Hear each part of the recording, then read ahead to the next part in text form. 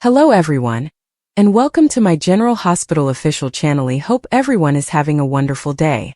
Before we begin, please hit the subscribe button and give this video a thumbs up. The morning sunlight streamed through the stained glass windows of the Quartermain Estate Chapel, scattering soft colors across the polished aisle as guests began taking their seats. Willow stood near the entrance doors, holding her bouquet tightly, her breathing light, controlled, steady, the way she had practiced. Today was supposed to be simple. After everything she had survived, the heartbreaks, the shocks, the battles for her life, this wedding was meant to be the moment she finally reclaimed peace. Michael adjusted her veil gently and whispered, "You look perfect. Mom would have wanted this for you." Willow smiled, her eyes slightly misty. "I hope so. And I hope nothing ruins it." Michael laughed softly. "It won't. Today's about you and your future." But deep inside Willow's chest, a knot twisted. General Hospital had taught her nothing ever went perfectly, not in this town. Inside the chapel, guests murmured, flipping through programs while Tracy barked orders at a confused usher, telling him, "If the groom's family sits on the right, then the left is the bride's side. This isn't rocket science." Brooklyn rolled her eyes. "Grandmother, sit down. You're going to send that poor kid running." Chase chuckled, squeezing her hand. At least she waited until after the flowers were set. Olivia stepped forward, her tone soothing. "Everyone breathe. It's a wedding, not a battlefield." But even as she spoke, a strange tension rippled through the room, an almost invisible wave of something building in the background. Drew stood near the altar, adjusting his tie, exhaling sharply. He glanced toward the back, nerves flickering across his face. "Feels surreal," he muttered to Carly. She smoothed his jacket and smiled. "Willow loves you. That's what matters today." Drew nodded, but he looked unsettled. Carly noticed immediately. "What?" she whispered. "You're thinking too hard." Drew hesitated. "Just unfinished business." Carly narrowed her eyes. "Everything good?" Drew forced a smile. "Yeah, of course." But his jaw tightened, betraying the lie he didn't even realize he was telling. Out in the hallway, Willow steadied herself again, whispering, "Okay. It's finally my turn to be happy." She took Michael's arm, ready to walk. Music swelled, the organ ringing out with soft elegance as the doors opened and everyone rose. Tracy dabbed a tissue at her eyes. Brooklyn whispered, "She looks gorgeous." Drew looked up, breath frozen in his throat as Willow stepped forward. For a moment time seemed to stop. Then the chapel doors slammed open, hard enough to rattle the hinges. Everyone turned sharply. The music screeched to a halt.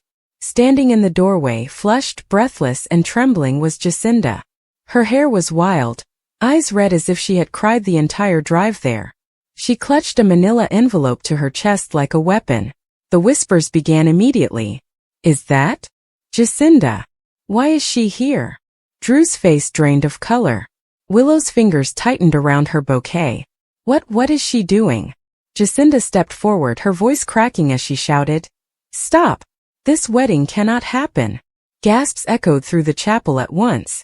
Tracy muttered, "Oh, for the love of what now?" Carly's expression hardened instantly as she stepped toward the aisle, whispering, "Drew, what did you do?" He whispered back, "I don't know. I swear I don't know."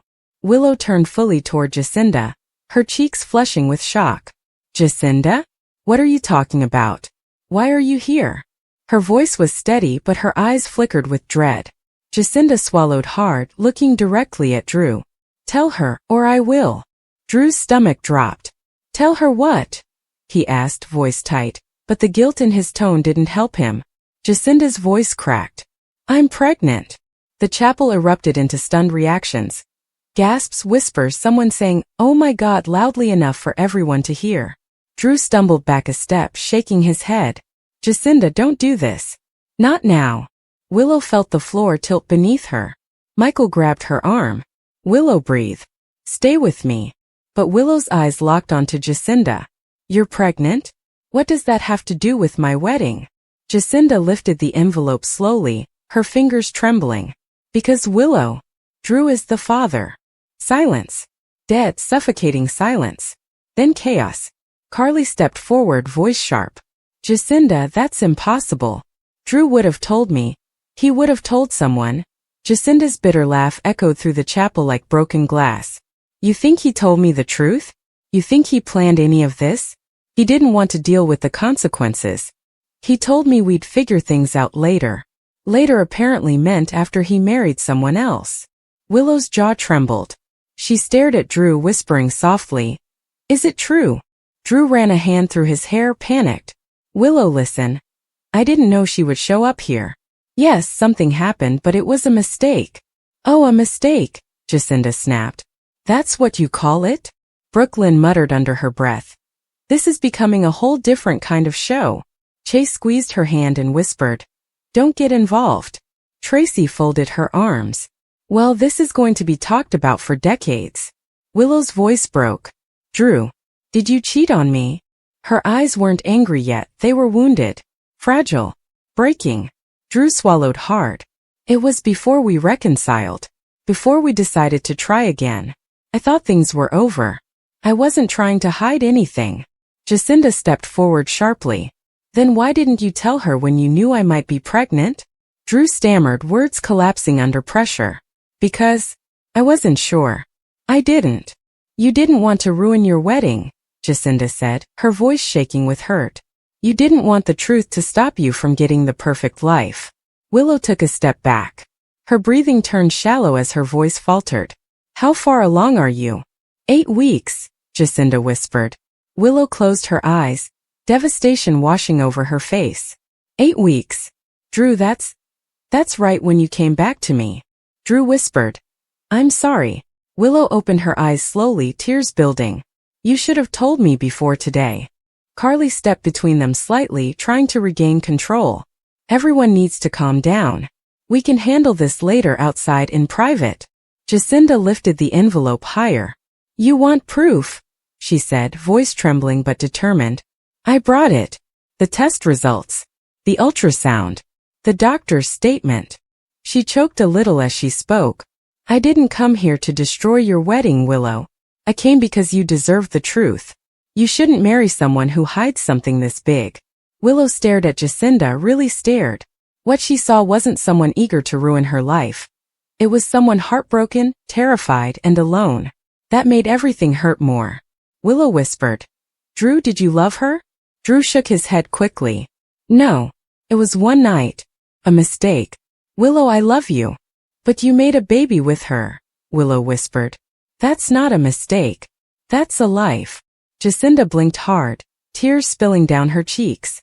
"I didn't ask for any of this. But the baby is real. And Drew is the father whether he wants to accept it or not." Carly ran her hand over her face. "This is spiraling." Olivia whispered to Ned, "Poor Willow. She doesn't deserve this." Michael glared at Drew. "You should have told her. She nearly died last year. You're really going to play games with her life again?" Drew winced. "I wasn't playing games." Willow lifted her hand. "Stop." Her voice was soft but commanding. The room froze again. She turned to Jacinda. "Give me the envelope." Jacinda nodded and handed it to her gently. Willow opened the flap slowly, pulling out the papers with trembling hands. The room watched breathlessly as she skimmed the top page. Ultrasound. Estimated due date. Paternal notation. Possible father Drew Kane. Willow's breath shook. She looked up at Drew. "I can't walk down that aisle right now." Drew's entire face crumbled. "Willow, please don't do this. We can figure it out. We can get a paternity test. We can talk." "We should have talked before today," Willow whispered. "You let me put on this dress. You let me walk into this room thinking our future was clear and uncomplicated. You let me stand here about to become your wife while another woman carries your child." Drew stepped toward her but Michael blocked him. "Stay back." Willow's lips trembled. "I'm not canceling the wedding." Drew's eyes widened with desperate hope. "Willow," she continued, "but I'm not marrying you today." The audience gasped again, softer this time, soaked in heartbreak instead of shock. Drew froze. "Willow, no. Please." Willow shook her head, tears spilling freely now. "I need time. I need to think. I need honesty. I need to figure out if I can live with this, if I can accept this. And I can't make that decision while standing at the altar pretending everything's fine." Jacinda whispered, I'm sorry. I really am. Willow looked at her, really looked, and nodded faintly. Thank you for telling me. Carly whispered. Willow, sweetheart, come with me. Let's step outside. Willow shook her head. No. I need air. I need space. She turned, bouquet dropping from her hand, petals scattering across the aisle as she walked toward the exit, veil trailing behind her like a fallen wing. Drew tried to follow, but Michael held him back. Give her time, Michael snapped. Time. Drew whispered, devastated. I might have lost her forever. Jacinda stood at the front of the chapel, trembling, looking guilt-stricken. I didn't want this. I swear I didn't. Carly, her face torn between anger and maternal protectiveness, said quietly, whether you wanted it or not, this changes everything. And as Willow stepped out into the sunlight, gasping for breath, the entire chapel remained frozen in the chaos Jacinda had unleashed. An explosion of truth that no one could take back. Not now, not ever. The air in the garden of the Port Charles Athletic Club was thick with the scent of white roses and the low, humming anticipation of a wedding. Every petal, every ribbon, every carefully folded napkin seemed to hold its breath, reflecting the fragile, hopeful joy that had settled over the gathering. It was a picture of perfection, a scene ripped from a fairy tale, and at the center of it all stood Willow Tate, a vision in ivory silk, her heart a frantic happy bird against her ribs. From her place at the end of the aisle, the world had softened at the edges. The faces of their friends and family, well, Michael's family mostly, were a blur of smiles and damp eyes. She saw Felicia Jones dabbing at her cheeks with a lace handkerchief, and Laura Collins beaming with a mayor's pride and a grandmother's love. But her gaze, her entire being, was focused on the man waiting for her under the floral archway. Michael Corinthos. His eyes, so often shadowed with the burdens of his name and his past, were clear and full of a love so profound it nearly stole her breath. This was it. After all the pain, the lies, the sickness, the near-constant threat of loss, they had reached this shore. They were about to become husband and wife. Michael's own thoughts were a whirlwind of gratitude and fierce protective love. He looked at Willow, radiant and healthy, a walking miracle after her battle with leukemia, and he knew he was the luckiest man alive. He would spend the rest of his life making her feel as cherished as she looked in this moment. His hand tightened around his grandfather's old watch in his pocket, a silent promise to the memory of the man who had taught him about resilience. Today they were closing the door on all the darkness. Today was for light. The officiant, a serene-looking woman with a gentle voice, began the opening words. Dearly beloved, we are gathered here today to celebrate one of life's greatest moments, to give recognition to the worth and beauty of love, and to add our blessing to the union of Michael and Willow. The words washed over the crowd, a familiar, comforting liturgy. Carly, sitting in the front row next to Drew, reached for her son's hand, her own eyes shimmering with tears. She had fought so hard, schemed so relentlessly to protect Michael, and to see him here truly happy, felt like a final hard-won victory. Jocelyn beside her squeezed her mother's arm, her smile wide and genuine. Even Drew, solid and steady, felt a lump form in his throat. He'd come to care for Michael deeply, to see him as a son, and he respected Willow's quiet strength. This was a good day, a necessary day of joy in a town that often seemed to specialize in tragedy. The ceremony proceeded with seamless grace. They exchanged vows, their voices firm and clear, promising to love and cherish each other in sickness and in health. Michael's thumb stroked the back of Willow's hand as he spoke, a small, intimate gesture that spoke volumes. Willow's smile was so bright it felt like a physical force, pushing back against any lingering shadows from their past. Then came the moment. The officiant smiled, her gaze sweeping over the assembled guests. If anyone present can show just and legal cause why these two should not be joined in marriage, she intoned, the traditional, often ignored line hanging in the perfumed air. Speak now or forever hold your peace. A beat of silence. A collective, almost imperceptible exhale. It was a formality, a relic. No one ever actually. The click of the garden gate was unnaturally loud. Heads turned. A figure stood silhouetted against the bright afternoon sun, hesitating on the threshold. As she stepped forward, the light resolved her features, and a ripple of confusion went through the crowd. It was Jacqueline Cerullo, known to all as Jocelyn's best friend, a fixture in their lives. But she looked wrong. Her usually vibrant face was pale and drawn, her hands clenched into tight fists at her sides. She wasn't dressed for a wedding.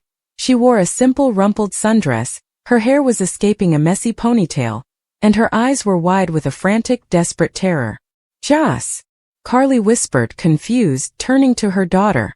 Jocelyn's smile had frozen on her face. I don't know what she's doing." Michael's jaw tightened, a flicker of his father's impatience crossing his features. This was a disruption, an unwelcome intrusion on their perfect day. Willow felt a cold trickle of dread, a primal fear that had nothing to do with logic and everything to do with the shattered look on Joss's best friend's face. Jacinda took another step forward, her voice a thin, reedy thread. I can't." The officiant, flustered, adjusted her glasses. "I'm sorry, dear. This is a private ceremony." "No," Jacinda said, her voice gaining a shred of strength, fueled by sheer panic. "You said if anyone has a reason." "I have a reason." Drew shifted in his seat, a deep frown creasing his brow. He had a fondness for Joss's fiery friend, but this was wildly inappropriate. "Jacinda, this isn't the time," he said, his voice low but firm, carrying the weight of authority. But Jacinda's eyes weren't on Drew. They were locked on Willow, pleading, agonized. "Willow, I'm so sorry. I am so sorry." Willow's breath hitched. "Jacinda, what is this? What's wrong?" The world had narrowed to this single horrifying point. The music had long faded, the birds were silent, and every guest was a statue, watching the scene unfold with rapt, dreadful fascination. Jocelyn half rose from her seat, a protective instinct for both her brother and her friend warring within her. "Jace, whatever it is, we can talk about it later. Let them have this." "There is no later," Jacinda cried, the words tearing from her throat. "If I don't say this now, it will be too late. It will be a lie. Your whole marriage will be built on a lie." Her gaze finally broke from Willow's and swung to Michael. "Michael, you can't marry her." Michael's patience snapped. "That's enough, Jacinda. Whatever drama you're concocting, it can wait. We're in the middle of our wedding."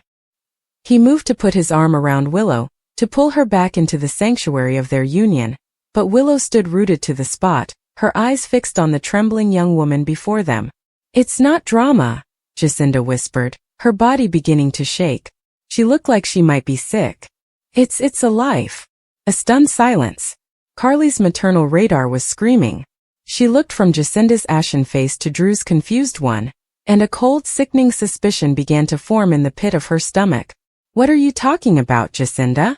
Willow asked, her voice surprisingly calm, though Michael could feel the fine tremor in her hand.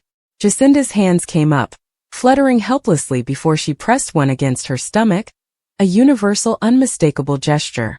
"I'm pregnant." A wave of murmurs swept through the crowd. "Pregnant?" Jocelyn's hand flew to her mouth. "How? With who?"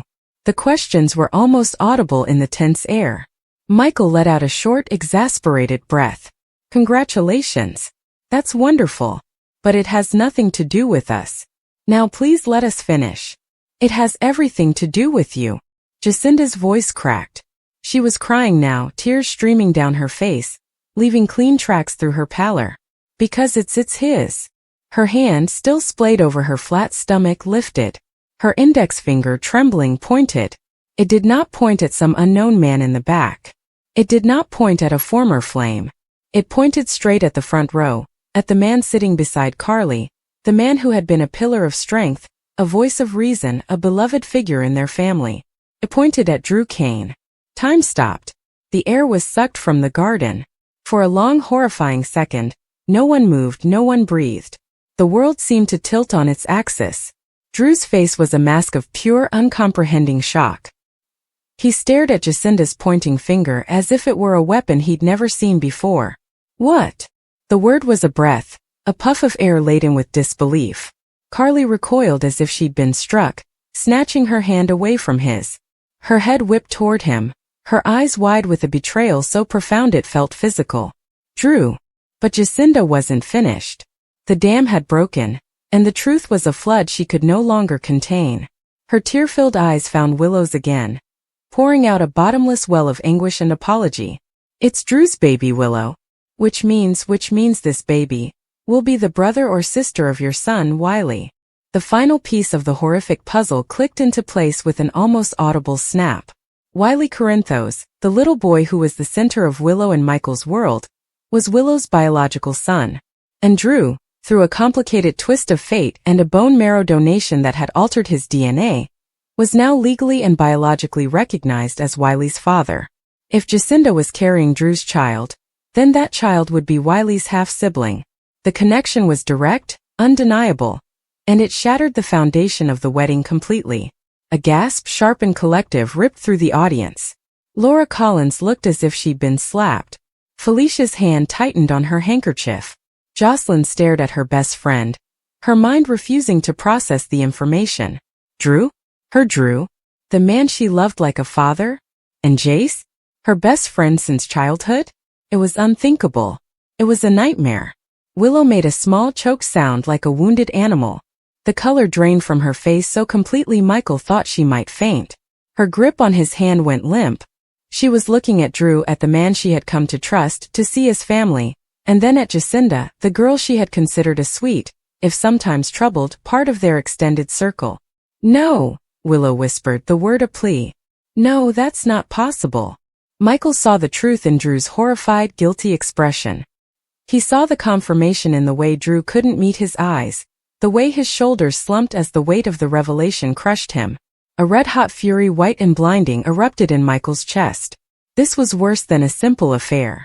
This was a betrayal that struck at the very heart of his family, his son, the woman he loved. "You!" Michael snarled, his voice low and dangerous, all traces of the gentle groom gone.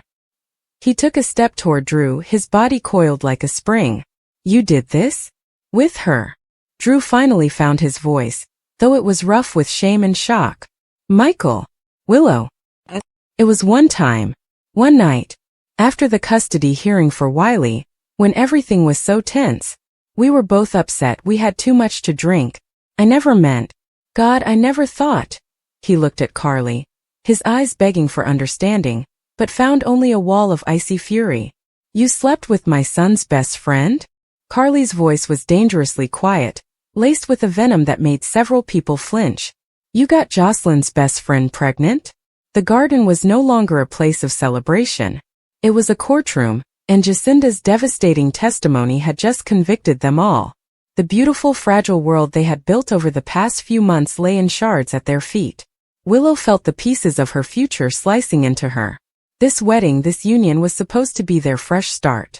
It was to be the formal creation of their family, her, Michael, and Wiley. A stable, loving, honest home. But how could they build that home on a foundation now cracked by this secret? This baby would be a permanent part of their lives. A living, breathing reminder of a betrayal that intertwined with their own son. Every holiday, every birthday, every family photo would include this child, Drew's child, and by extension Jacinda. How could she look at Drew again? How could she sit across from him at Thanksgiving, knowing he had been with a girl young enough to be his daughter, a girl who was her friend's best friend? The tangled web of it made her head spin. Her love for Michael was absolute, but was it strong enough to withstand this? To absorb this level of complication and pain so early in their marriage? The trust wasn't broken between them, but the world around them had just become a minefield. "Willow," Michael said, turning to her, his voice urgent, desperate. He cupped her face in his hands, forcing her to look at him. "This doesn't change anything. Not for us. I love you. We can get through this. We've been through worse." But she was shaking her head, tears finally spilling over and tracing paths through her carefully applied makeup. "It changes everything, Michael," she whispered, her voice breaking. "Don't you see? This baby, Wiley's brother or sister, it will always be there. It's family. Our family is now this." She gestured weakly toward Drew and Jacinda, a picture of misery and shame. She looked at the arch of flowers, at the guests' horrified faces, at the officiant who stood awkwardly, her book clutched to her chest. This was not how a marriage was supposed to begin. This was not the memory she wanted to have. This moment, which should have been the happiest of her life, was now poisoned, irrevocably tainted by shock and betrayal. "I can't," she breathed, the words so soft only Michael could hear them. "What?" The panic in his eyes was palpable. "I can't do this. Not like this. Not today. She pulled her hands from his, her movements slow, weighted with an immense sorrow. She looked at Jacinda, who was sobbing quietly now. Her body curled in on itself as if trying to disappear. She looked at Drew, a broken man sitting in the ruins of his reputation. She looked at Carly, whose face was a storm of rage and hurt. And finally she looked back at Michael, her heart shattering at the devastation she saw in his beloved face. I love you, Michael. I love you more than anything. But if we marry right now, in this minute, our wedding day will forever be the day this happened. It will be the scar over everything. Her voice grew stronger, filled with a heartbreaking resolve. I need time to process this, to understand what this means for us, for Wiley, for our future. Willow, no, Michael pleaded, his own tears starting to fall. Don't let them do this to us. Don't let them take this away.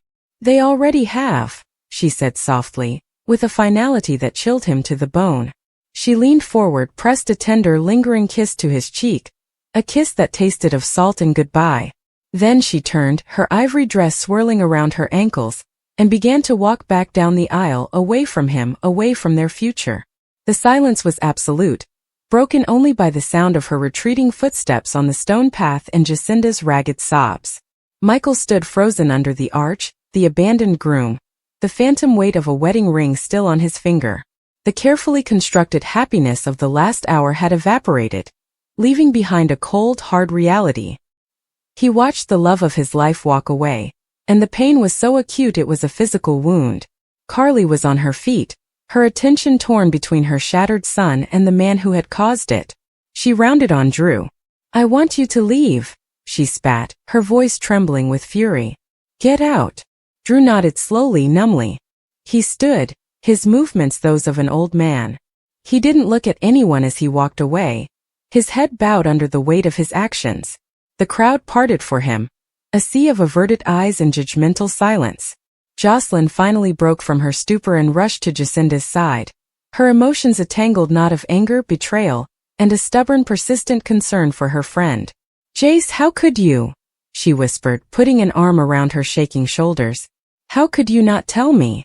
Jacinda just cried harder, leaning into Jocelyn, the gravity of what she had done finally, fully crashing down on her. She had stopped a wedding. She had revealed a life-altering secret in the most public, brutal way imaginable. She had lost friends, trust, and any semblance of the life she knew. But in her mind there had been no other way. She couldn't let them marry with that secret between them, a secret that would inevitably come out and destroy them later. The guests began to stir, murmuring amongst themselves, rising awkwardly from their chairs. The party was over. There would be no reception, no first dance, no cake. There was only the wreckage. Michael finally moved. He didn't look at anyone.